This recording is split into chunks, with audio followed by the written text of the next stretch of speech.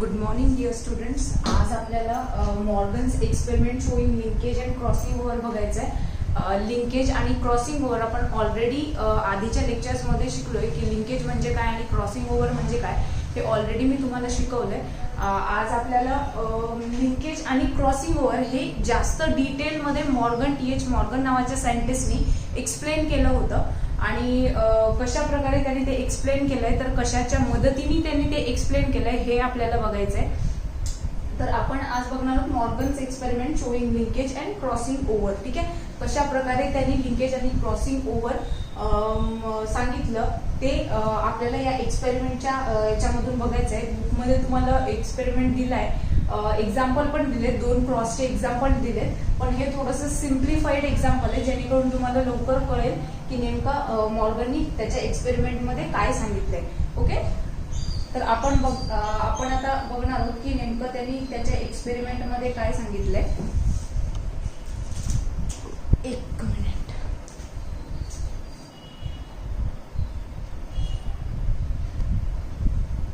तर त्यांनी वेगवेगळ्या प्रकारचे क्रॉसेस त्यांनी परफॉर्म केले होते आणि त्याच्या मदतीने त्यांनी लिंक जीन्स म्हणजे काय, नॉन लिंक जीन्स म्हणजे काय हेही त्यांनी त्याच्या एक्सपेरिमेंटमध्ये सांगितलं होतं. तर सगळ्यात पहिले इकडे सांगितलंय की लिंकेज. ठीक आहे, तर लिंकेजची डेफिनेशन आपण ऑलरेडी बघितली होती की ज्याच्यामध्ये सांगितलं होतं linkage is the tendency of genes to remain together during inheritance. काय सांगितलं होतं की ही जीन्सची अशी टेंडन्सी असते की ज्याच्यामध्ये ते जे जीन्स असतात, लिंक जीन्स असतात, ते एकत्रितपणे समोरच्या जनरेशन मध्ये कॅरी फॉरवर्ड होत असतात. ठीक आहे, ते कुठल्याही प्रकारे सेपरेट होत नाही, जसेच्या तसे ते समोर काय होत असतात, कॅरी फॉरवर्ड होत असतात. ह्यांना आपण कम्प्लीट लिंकेज म्हटलं होतं. वाईल इनकम्प्लीट लिंकेज मध्ये आपण काय म्हटलं होतं की ते सेपरेट होतात आणि म्हणजे चान्सेस असतात तिकडे सेपरेशनचे ड्यू टू क्रॉसिंग ओव्हर आणि ते सेपरेट होऊन ते समोर काय होत असतात, सेपरेट होऊन समोरच्या जनरेशन मध्ये ते कॅरी फॉरवर्ड होत असतात. त्यांना आपण इनकम्प्लीट लिंकेज असं म्हटलं होतं किंवा इनकम्प्लिटली लिंक जीन्स म्हटलं होतं.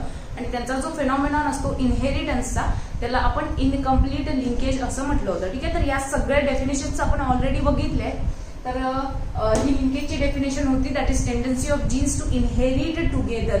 एकत्रितपणे जी जीन्सची टेंडन्सी असते की ज्याच्या मदतीने ते समोरच्या जनरेशन मध्ये कॅरी फॉरवर्ड होत असतात त्याला आपण काय म्हटलंय, लिंकेज असं म्हटलंय. मग इकडे अगदी सिम्प्लिफाईड मी दाखवलंय इकडे की हे 2 क्रोमोझोम्स आहेत. हे कसे क्रोमोझोम्स आहेत, होमोलॉगस क्रोमोझोम्स आहेत. होमोलॉगसचा मिनिंग होतो सेम. ठीक आहे, तर हे 2 होमोलॉगस क्रोमोझोम्स आहे की ज्याच्यावर जीन्स प्रेझेंट आहे. लिंक्ड जीन्स म्हणजे काय बाळांनो, की जे जवळ प्रेझेंट असतात. ठीक आहे, त्यांनी एक्सपेरिमेंट परफॉर्म केला होता टी.एच. मॉर्गननी. आता आपण का म्हणू शकतो हे की कशावरून आपण एस्टिमेट काढतो की ते दोन्ही एकत्रित किंवा एकदम जवळ प्रेझेंट असतात, कारण की ते जसेच्या तसे समोरच्या जनरेशन मध्ये कॅरी फॉरवर्ड होतात. हे त्यांनी जे एक्सपेरिमेंट जे क्रॉस त्यांनी परफॉर्म केले होते त्याच्यावरून त्यांनी त्यालाही ऍक्च्युली आधी ते त्याच्याबद्दलची आयडिया नव्हती, पण जेव्हा त्यांनी पूर्ण परफॉर्म केला त्यांनी एक्सपेरिमेंट त्याच्यावरून त्यांनी अंदाज लावला की हे जे जीन्स असतात ते एकत्रितपणे समोर इनहेरिट होतात, त्यांना लिंक जीन्स म्हटलं जातं. आणि जे सेपरेट होऊन समोर इनहेरिट होतात त्यांना आपण, आणि मग जे सेपरेट होऊन इनहेरिट होतात त्याच्यापासून नवीन कॉम्बिनेशन्स बनण्याचे चान्सेस असतात, नवीन रिकॉम्बिनेशन्स तयार होतात.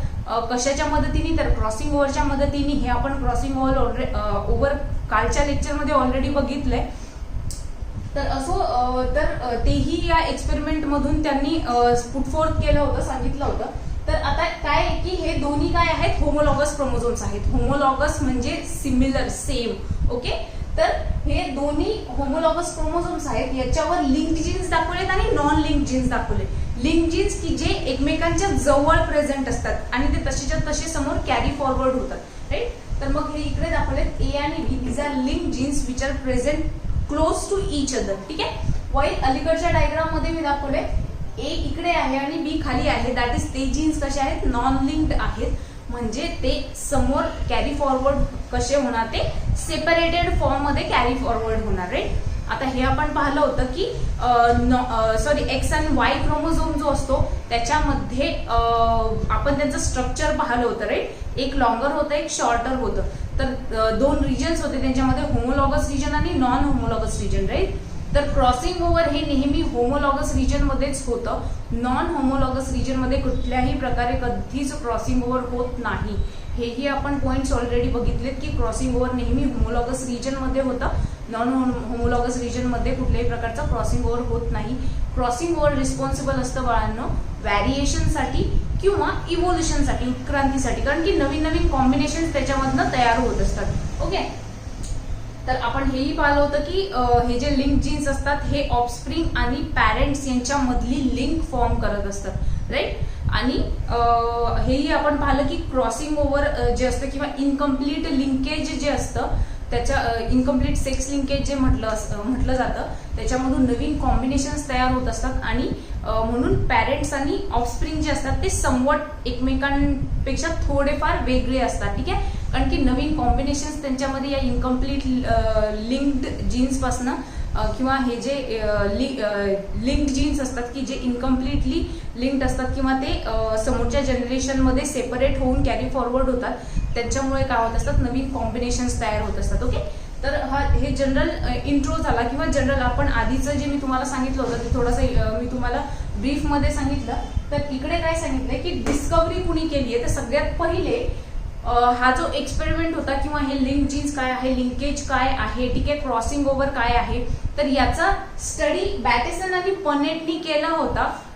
त्याच्यानंतर पण ते प्रॉपरली ते एक्सप्लेन करू शकले नाही. ठीक आहे, मग TH मॉर्गन नावाचा जो सायंटिस्ट होता त्यांनी लॅटर ऑन काय केलं, परत त्याच्यावर स्टडी केला आणि डिटेल मध्ये प्रत्येक जी गोष्ट आहे ती काय केली, पुट फोर्थ केली. ठीक आहे, म्हणून काय म्हटलंय की TH Morgan explain later on in detail. या लोकांनी पहिले त्याच्यावर सगळ्यात पहिले स्टडी केला होता पण त्यांना प्रॉपरली ते पुटफोर्थ करू शकले नाही किंवा प्रॉपरली तो फिनॉमिनॉन ते मांडू शकले नाही. पण त्याच्यानंतर TH मॉर्गन नावाच्या सायंटिस्टनी लॅटर ऑन त्याच्यावर परत रिडिस्कवर्ड केलं, ते त्याच्यावर एक्सपेरिमेंट केला आणि मग ती थिअरी पुटफोर्थ केली. ओके, म्हणून काय म्हटलं याला Morgan's experiment showing linkage and crossing over. ठीक आहे, लिंकेज आणि क्रॉसिंग ओव्हर ऑलरेडी तुम्ही शिकले, फक्त त्यांनी काय केलंय त्याच्यावरचं इलॅबोरेट करून सांगितलंय थोडंसं. ठीक आहे, तर काय सांगितलंय मग मॉर्गन परफॉर्म 2 क्रॉस. कशासाठी त्यांनी क्रॉस परफॉर्म केले, लिंकेज आणि क्रॉसिंग ओव्हर सांगण्यासाठी. आता लिंकेज रिस्पॉन्सिबल असतं बाळांनो की पॅरेंट्सचे जे कॅरेक्टर्स असतात, ट्रेट्स असतात ते त्यांच्या ऑफस्प्रिंग मध्ये कॅरी फॉरवर्ड होत असतात, राईट. आणि क्रॉसिंग ओव्हरचं काम काय असतं, नवीन रिकॉम्बिनेशन्स तयार करणे जेणेकरून त्या रिकॉम्बिनेशन्समुळे इव्होल्युशन होईल, चेंजेस होत जाईल पुढच्या पिढीमध्ये आणि बरेचसे त्यांच्यामध्ये डिसिमिलॅरिटीज असतील. ठीक आहे, तर लिंकेजचा मिनिंग होतो की त्यांचे कॅरेक्टर्स त्यांच्या ऑफस्प्रिंग मध्ये कॅरी फॉरवर्ड होतात, वाईल क्रॉसिंग ओव्हर जे आहे क्रॉसिंग ओव्हरनी नवीन नवीन रिकॉम्बिनेशन्स तयार होतात. Okay, then turn to the next point. मग त्यांनी कोणते क्रॉस परफॉर्म केले, तर आज आपण फक्त फर्स्ट क्रॉस बघणार आहोत, कारण की क्रॉस 2 आणि क्रॉस फर्स्ट दोन्ही जर म्हटले तर ते थोडंसं तुम्हाला जम्बलिंग होईल, त्याच्यामध्ये किचकट तर नाही म्हणता येणार पण तुमचं पूर्ण ते मिक्सअप होऊन जाईल. म्हणून आज आपण फक्त फर्स्ट क्रॉस बघणार आहोत, सेकंड क्रॉस आपण उद्या बघणार आहोत की ज्याच्यामध्ये सांगितलं की पॅरेंटल कॉम्बिनेशन्स कसे किती कॅरी फॉरवर्ड होतात, रिकॉम्बिनेंट जे कॉम्बिनेशन्स आहेत ते किती कॅरी फॉरवर्ड होतात किंवा नवीन कॉम्बिनेशन्स किती तयार होतात, हे या क्रॉस मध्ये त्यांनी सांगितलंय. तर सगळ्यात पहिले आहे क्रॉस फर्स्ट क्रॉस बघायचा आपल्याला. फर्स्ट क्रॉस मध्ये काय सांगितलंय, तर फर्स्ट क्रॉस मध्ये त्यांनी काय केलं, brown body red eyed male घेतला. ठीक आहे, त्यांनी ब्राऊन बॉडी आणि रेड आईड मेल सिलेक्ट केला. ठीक आहे, की ज्याच्यामध्ये त्या मेलची बॉडी जी होती ती ब्राऊन कलरची होती आणि आईज जे होते ते रेड कलरचे होते. ठीक आहे, जस्ट 1 मिनिट. तर ओके, काय त्यांनी त्याचा जो एक्सपेरिमेंट होता तो परफॉर्म केला होता ड्रॉसोफिला मेलॅनोगॅस्टरवर, कारण त्याचा लाईफ स्पॅन जो असतो तो पण शॉर्ट असतो, अगदी 2 वीक्सचा. त्याच्यानंतर त्याचा जो रिप्रोडक्शनचा रेट असतो तो सुद्धा जास्त असतो, त्याच्यामुळे त्यांनी इझिली रिझल्ट तो त्याच्यामध्ये बघू शकेल म्हणून त्यांनी ड्रॉसोफिला मेलॅनोगॅस्टर हे केला होता किंवा तो त्याच्या एक्सपेरिमेंटसाठी त्यांनी यूज केला होता. की ज्याच्यामध्ये त्यांनी काय केलं, सगळ्यात पहिल्या क्रॉसमध्ये brown body red eyed male घेतला, ज्याच्या बॉडीचा कलर ब्राऊन होता आणि आईजचा कलर रेड होता, असा मेल त्यांनी सिलेक्ट केला आणि त्या मेलचं क्रॉसिंग त्यांनी घडवून आणलं yellow bodied white eyed female बरोबर, की ज्या फिमेलच्या बॉडीचा कलर होता येलो आणि त्या फिमेलच्या आईजचा कलर होता व्हाईट. ठीक आहे, लक्षात घ्यायचंय फर्स्ट क्रॉस त्यांनी परफॉर्म केला किंवा फर्स्ट क्रॉस मध्ये त्यांनी कोणते पॅरेंट्स घेतले होते, कोणते पॅरेंटल कॉम्बिनेशन घेतले होते, brown body red eyed male घेतला होता आणि yellow body white eyed female घेतली होती. ठीक आहे, या दोघांमध्ये त्यांनी घडवून आणलं क्रॉसिंग. ठीक आहे, की ज्याच्यामध्ये ऑब्वियस गोष्ट आहे मेल असेल तर there will be X and Y chromosome, while if there is female then there will be both the chromosomes are X chromosomes. Okay, तर हे आहे X chromosome, this one is Y chromosome, की ज्याच्यामध्ये brown body red eyed साठी त्यांनी घेतलं Y plus W plus आणि Y हा आहे Y chromosome, that is X Y हा मेल साठी असतो. ठीक आहे, आणि फिमेल मध्ये आपण दोन्हीही एक्स यूज करतो, हे ऑलरेडी तुम्हाला माहिती आहे. मग yellow body white eyed female मध्ये त्यांनी काय केलं की एक्स वर घेतलं Y W, that is yellow white, आणि इकडे पण काय घेतलं वाय डब्ल्यू. इथे फक्त थोडंसं डिफरन्स साठी प्लसचे साईन यूज केले. ठीक आहे, पॉझिटिव्ह साईन यूज केले, कारण त्याच्यामध्ये थोडाफार डिफरन्स असेल तर आपल्याला ते डिफरन्शिएट करायला सोपं जाईल. ओके, तर इकडे काय केलंय मग दोन्ही वाय डब्ल्यू घेतले yellow body white eyed female साठी, आणि इकडे काय घेतलंय वाय क्रोमोझोम वर काही नाही दाखवलंय, इकडे एक्स वर काय दाखवलं वाय प्लस डब्ल्यू प्लस. ठीक आहे, पॉझिटिव्ह साइन्स तिकडे रेस टू दी दाखवले. तर मग जेव्हा यांचं क्रॉसिंग ओव्हर घडवून आणलं तर पॅरेंट्सचं जेव्हा क्रॉसिंग ओव्हर होतं तेव्हा सगळ्यात पहिले होत असतं गॅमेट फॉर्मेशन. ठीक आहे, तर गॅमेट फॉर्मेशन मध्ये काय दाखवलंय, गॅमेट फॉर्म झाले ऑब्वियस आहे, हे दोन वेगळे आहेत म्हटल्यावर दोन वेगळे गॅमेट्स असणार, दॅट इज एक्सचं जसंच्या तसं वाय प्लस डब्ल्यू प्लस आणि इकडे वायचा वाय. ठीक आहे, वाय इकडे दोन्हीही सेम आहेत. ठीक आहे, तर दोन्ही सेम असल्यामुळे आपण एक दाखवू शकतो, that is X Y and W. ठीक आहे, तर मग आता हे गॅमेट तयार झाले. गॅमेट्सचं नेहमी क्रॉसिंग ओव्हर होत असतं. ठीक आहे, त्यांचं कॉम्बिनेशन तयार होत असतं. तर कशा प्रकारचं कॉम्बिनेशन तयार झालं तर लेट मी शो यू. यांच्यामध्ये क्रॉसिंग झाल्यानंतर F1 जनरेशन फॉर्म होते, की ज्या F1 जनरेशन मध्ये दाखवले सगळ्यात पहिले आपण हे दोघं घेणार आहोत आणि त्याच्यानंतर या दोघांचं कॉम्बिनेशन झाल्यानंतर आपल्याला हे दोन घ्यायचे. ठीक आहे, म्हणजे पहिले एक्स एक्स येणार आणि नंतर एक्स वाय येणार. ठीक आहे, याचं कॉम्बिनेशन पहिले याच्या बरोबर आणि परत याचं कॉम्बिनेशन नंतर ह्याच्या बरोबर. ठीक आहे, तर लेट मी शो यू. इकडे काय आहे वाय प्लस डब्ल्यू प्लस जसाचा तसा घेतला आपण. ठीक आहे, मग याचा आणि याचं कॉम्बिनेशन दाखवायचं आहे आपल्याला, राईट. मग सगळ्यात पहिले वाय प्लस डब्ल्यू प्लस आपण जसाच्या तसा लिहिला. मग आता याचं कॉम्बिनेशन याच्या बरोबर करायचं म्हटल्यावर नंतर तयार होणार वाय आणि डब्ल्यू. याचा वाय आणि डब्ल्यू म्हणजे वाय प्लस डब्ल्यू प्लस हा इथे आला आणि याचं आणि याचं कॉम्बिनेशन झालं म्हटल्यावर वाय आणि डब्ल्यू इथे आला, म्हणून तयार काय झालं वाय प्लस डब्ल्यू प्लस आणि वाय आणि डब्ल्यू. हे झालं F1 जनरेशन मधलं पहिलं कॉम्बिनेशन. ठीक आहे, टर्न टू दी वाय. मग आता या दोघांचा संबंध संपला, आता राहिलं वाय आणि एक्स. ओके, तर काय तयार होणार, ऑब्वियस गोष्ट आहे एक्सचं वाय आणि डब्ल्यू आणि हा वाय जसाचा तसा. ठीक आहे, ओके, म्हणजे तयार काय झालं brown body red eyed female. ठीक आहे, दोन एक्स आहेत म्हणून फिमेल आणि इकडे एक्स वाय आहे म्हणून male. Yellow body white eyed male. ठीक आहे, फक्त काय चेंज झालंय, कॅरेक्टर्स तेच आहे, नवीन कॉम्बिनेशन कुठे तयार झाले का नाही, फक्त मेल आणि फिमेल कॅरेक्टर चेंज झाले. ठीक आहे, कॉम्बिनेशन नवीन नाहीये बाळांनो, फक्त चेंज काय झालाय त्यांच्या आईजचा आणि बॉडीचा कलर चेंज नाही, कलर तसाच आहे, फक्त मेल आणि फिमेल त्यांचा जेंडर चेंज झालाय. दॅट इज आपण आधी घेतला होता brown body red eyed male घेतला होता, पण इकडे तयार झालं brown body red eyed female. ठीक आहे, वाईल इकडे yellow body white eyed female आपण घेतली होती. येलो बॉडी व्हाईट आईड जसंच्या तसं राहिलं, फक्त फिमेलच्या ऐवजी मेल तयार झालं. ठीक आहे, म्हणजे कॉम्बिनेशन्स नवीन नाहीयेत, पॅरेंटल कॉम्बिनेशन जसेच्या तसे त्या पॅरेंट्स मधून ऑफस्प्रिंग मध्ये आले, फक्त जेंडर चेंज झाला. That is male. इकडे मेल घेतला होता आपण ब्राऊन बॉडी रेड आय वाला, पण इकडे क्रॉसिंग नंतर फॉर्म काय झालं फिमेल फॉर्म झाली, ब्राऊन बॉडी रेड आय वाली फिमेल फॉर्म झाली आणि येलो बॉडी व्हाईट आय वाला मेल फॉर्म झाला. ठीक आहे, म्हणजे फक्त जेंडर चेंज झालाय, मेल फिमेल चेंज झालाय त्यांचा. बाकी कलर्स जे आहेत बॉडीचे आणि आयचे ते जसेच्या तसे आहे, म्हणजे सगळे जे कॉम्बिनेशन्स होते ते पॅरेंटल कॉम्बिनेशन्स मिळाले. ओके, त्याच्यामध्ये कुठल्याही प्रकारचं नवीन कॉम्बिनेशन किंवा आपल्याला असं मिळालं का ब्राऊन बॉडी व्हाईट आय मिळालं का, किंवा इकडे येलो बॉडी रेड आय मिळालं का, नाही. कलर जसेचे तसे होते, फक्त मेल फिमेल चेंज झालं, दॅट्स इट. म्हणून इथे काय सांगितलं की पहिलं कॉम्बिनेशन मिळालं आपल्याला पॅरेंटल कॉम्बिनेशन. आता हे F1 जनरेशन फॉर्म झालं रे, ही होती F1 जनरेशन. मग आता परत F1 जनरेशनचे गॅमेट्स आपण घेणार, कारण आपण 2 जनरेशन्स वर एक्सपेरिमेंट परफॉर्म करत असतो किंवा F1 आणि F2 अशा 2 जनरेशन आपण घेत असतो. मग आपल्याला पहिली जनरेशन मिळाली, that is brown eye red eye female आणि yellow body white eyed male. Okay, तर मग आता यांचे आपण घेणार आहोत परत गॅमेट्स, त्यांचं आपण सेल्फिंग घडवून आणत असतो. हेही तुम्हाला माहिती आहे की F1 जनरेशन मध्ये जी प्रोजेनी आपल्याला मिळते बाळांनो, त्यांचं आपण काय घडवून आणत असतो, त्यांचं आपण परत सेल्फिंग मेटिंग घडवून आणतो आणि त्याच्यानंतरची जी जनरेशन मिळते त्याला आपण F2 जनरेशन असं म्हणतो.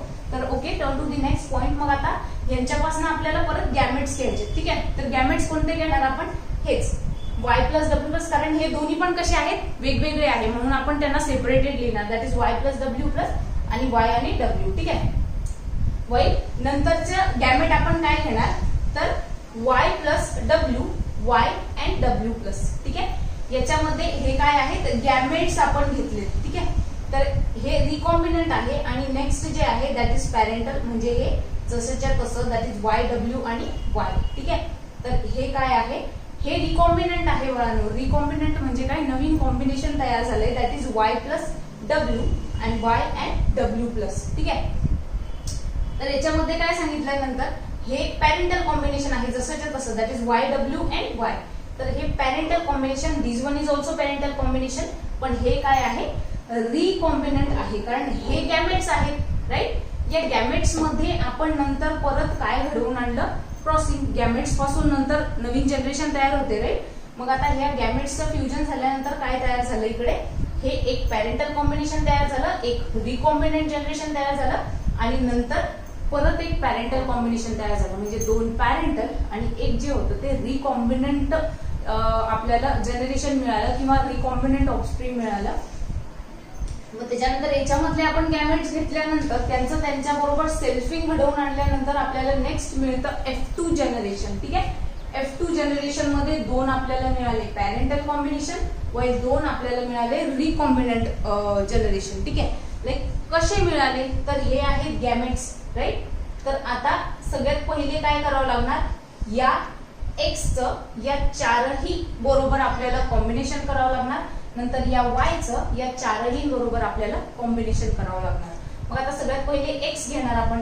मग इथे काय फॉर्म होणार, पहिल्या F2 जनरेशन मध्ये y plus W plus y W, हे झालं पहिलं, y plus W plus y W, दोन्ही पण x आहे म्हणजे फिमेल. ठीक आहे, आता या दोघांचा संबंध संपला.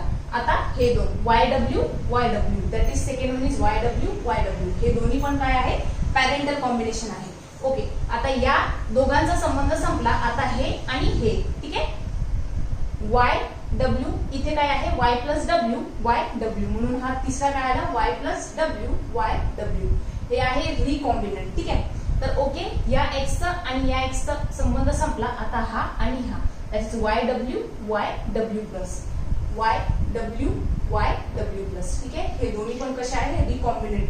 लक्षात घ्यायचंय बाळांनो, पहिले आपण हा x याच्या बरोबर क्रॉस केला, हा x परत याच्या बरोबर क्रॉस केला, त्याच्यानंतर हा x आपण परत याच्या बरोबर क्रॉस केला आणि हाच x आपण परत याच्या बरोबर क्रॉस केला, म्हणजे हा एकटा x आपण या 4ही x बरोबर कंबाईन केला. त्याच्यानंतर आपल्याला हे कॉम्बिनेशन्स मिळाले.